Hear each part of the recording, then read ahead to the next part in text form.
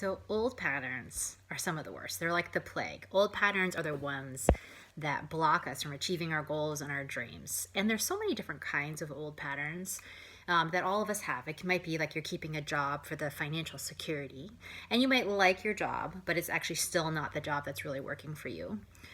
Anxiety can be an old pattern. Stress is an old pattern. There's patterns around being defensive, being guilty, fighting back instead of having some ease and some space. And so these old patterns, like one of the keys is how you start to release them. And if you are the person who I know you to be, you probably are aware of some of your patterns. But a big part of knowing how to release them is identifying them 100%. So that we can actually release some of these things that we don't really want anymore, that we are hanging on to things really tightly because of an old pattern, rather than knowing what the right thing next to do.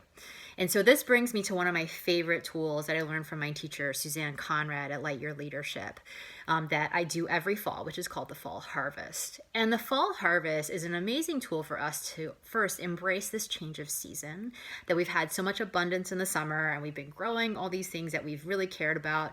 If you set an intention in January and you've been just tending to all the things you really wanted from 2019, the whole goal is for you to have a harvest in the fall. And what can happen is you can harvest incorrect things. You can harvest things that are not right for you. Old patterns are frequently a reason we harvest things that we are not supposed to have. And so when you come into the fall, one of the really key things is to start to notice and to do your own harvest. And so I really love this practice. I've done it for many years, and it's something that has really supported me to get clear on what it is I want to harvest, and also to get clear on the incorrect things, because if you don't do the harvest, it comes back to bite you in the spring, right? I've learned that one from Suzanne. It's a really important thing to remember. So what do you do to get your harvest? And so really the way to cue yourself up is to ask yourself some really good questions to support yourself to get into the harvest. And this is a practice of inner listening, intuitive listening, to get to what your harvest is supposed to be. So let's do this. So there are 2 steps. This is so easy. There's 2 steps. I'm going to introduce to you 2 steps to get to your fall harvest. Are you ready? All right, step 1. You ask yourself this question: how many things am I harvesting that are incorrect for my life? How many things am I harvesting that are incorrect for my life? And then you listen for a number. It could be 1 thing, could be 2 things, could be 3 things, usually 1 to 5, but maybe there's more than that. So you write down the number first. So you don't try to list it out, you just write down a number. The second question, you ready? Wrote down your number, yeah? Second question, how many things do I need to harvest that are correct for my life? How many things do I need to harvest that are correct for my life? You may not actually also have harvested what is correct for you yet. Like your harvest is there, it's waiting for you to like pluck it out of the field and to have this beautiful vegetables or squash or whatever it is, and it is just all ready to go into your delicious meal, and you're leaving it out in the field. Right? So when you're getting the things that are correct for your harvest, you're gathering it up and you're bringing it back for yourself. And so correct things to harvest, plan A. It could be the right track for you. It could be the correct job for you, that it's time for you to go to the next job.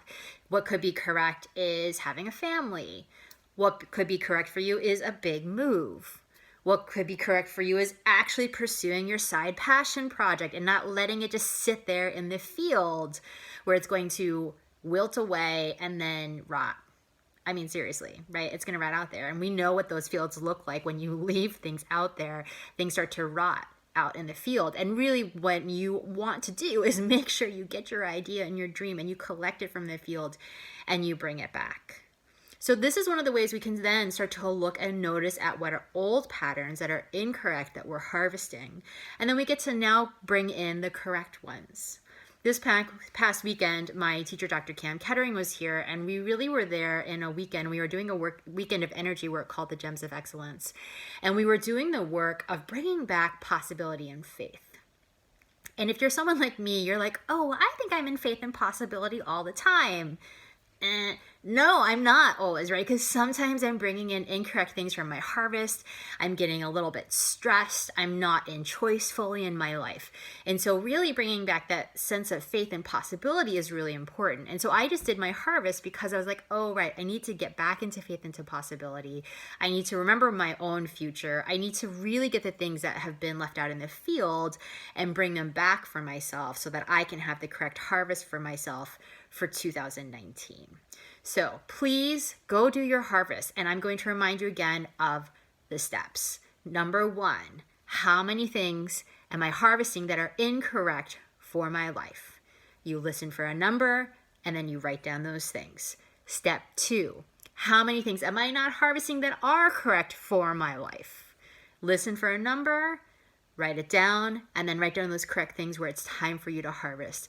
And then getting yourself to 100% so you have this beautiful harvest for yourself to close out and go into the end of 2019.